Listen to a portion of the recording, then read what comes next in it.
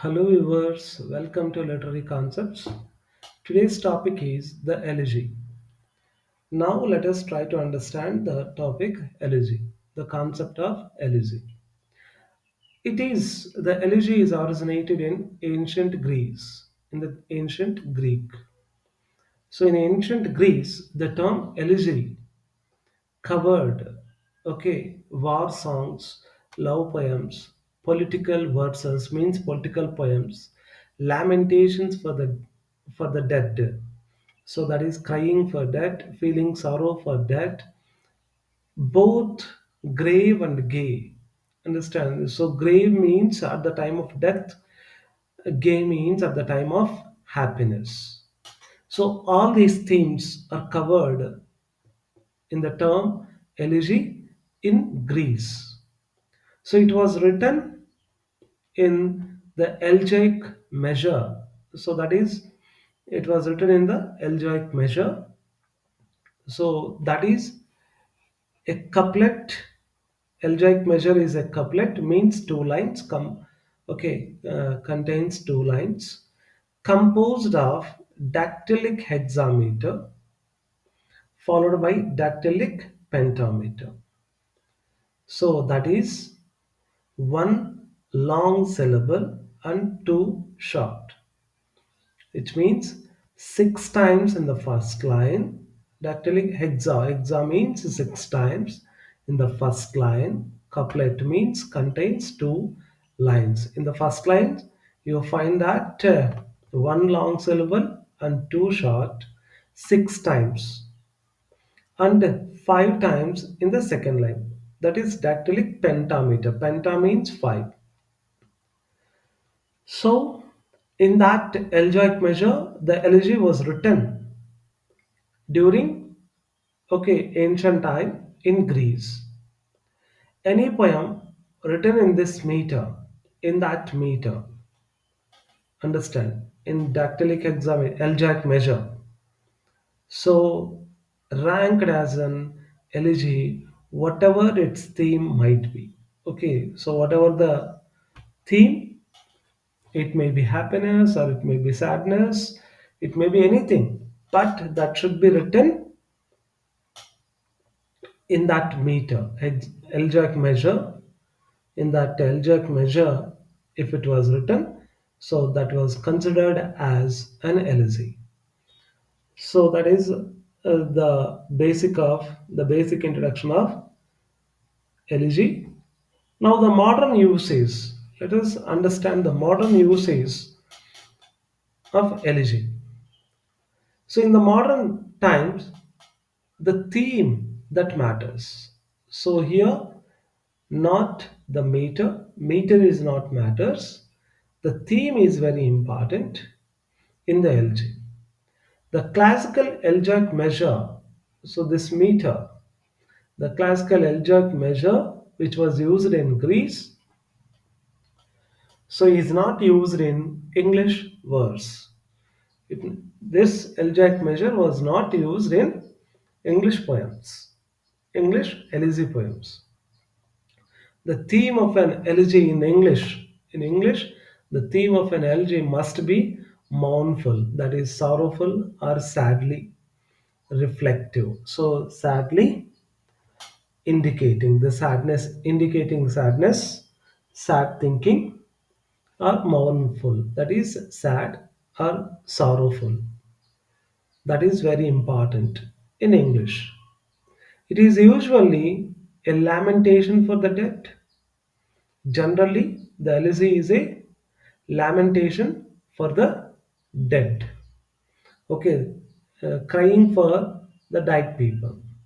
It may be inspired.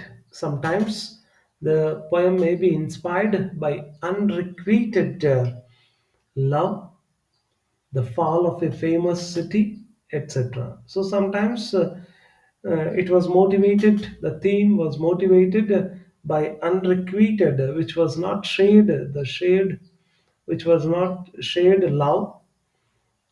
Understand? Even the fall of a famous city, the okay, what is that? The fall.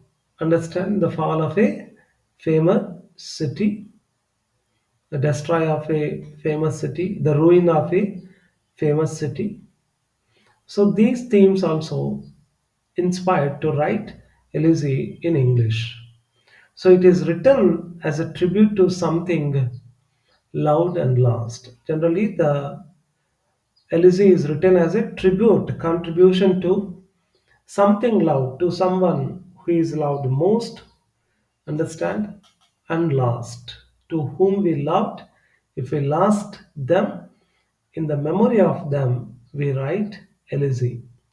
So, elegy usually aims at an effect of dignity and solemnity without a sense of strain or artificiality. So, elegy usually shows a dignity and solemnity towards that loud and lost. Understand? It shows a honor, respect, and seriousness. Okay, about that loud person without any burden, strain, or artificiality, any uh, artificiality, not fake, sorry, without any fake. So that is what here in the elegy it is showing respect or seriousness about the loud ones, the loud person. Understand? So it is to be read as a conscious work of art. Elegy, it should it should be read as a conscious work of art, not a spontaneous expression of sorrow. So it is not a spontaneous expression. It is not a natural expression of the sad moment. It is a conscious work of art. Understand? It wantedly done. Okay, the wantedly created work. So during the Renaissance period, a new kind of elegy was introduced into English poetry. So there was a new kind of elegy introduced in English poetry, so which is termed as the pastoral elegy. The pastoral elegy.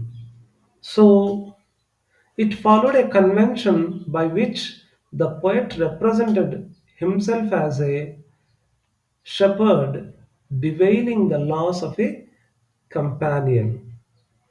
So, pastoral means it is related to rural. Pastoral means rural, rustic, elegy. Okay, rustic life, rural life. So, here in this new kind of elegy, so it is followed a convention.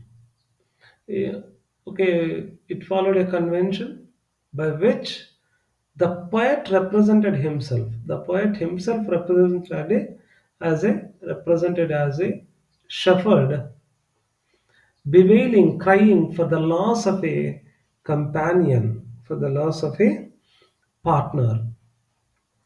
The manner of speech and setting were borrowed from rustic life. The manner of speech, the way the speech was presented, the setting were borrowed from rustic, so rural life or simple life.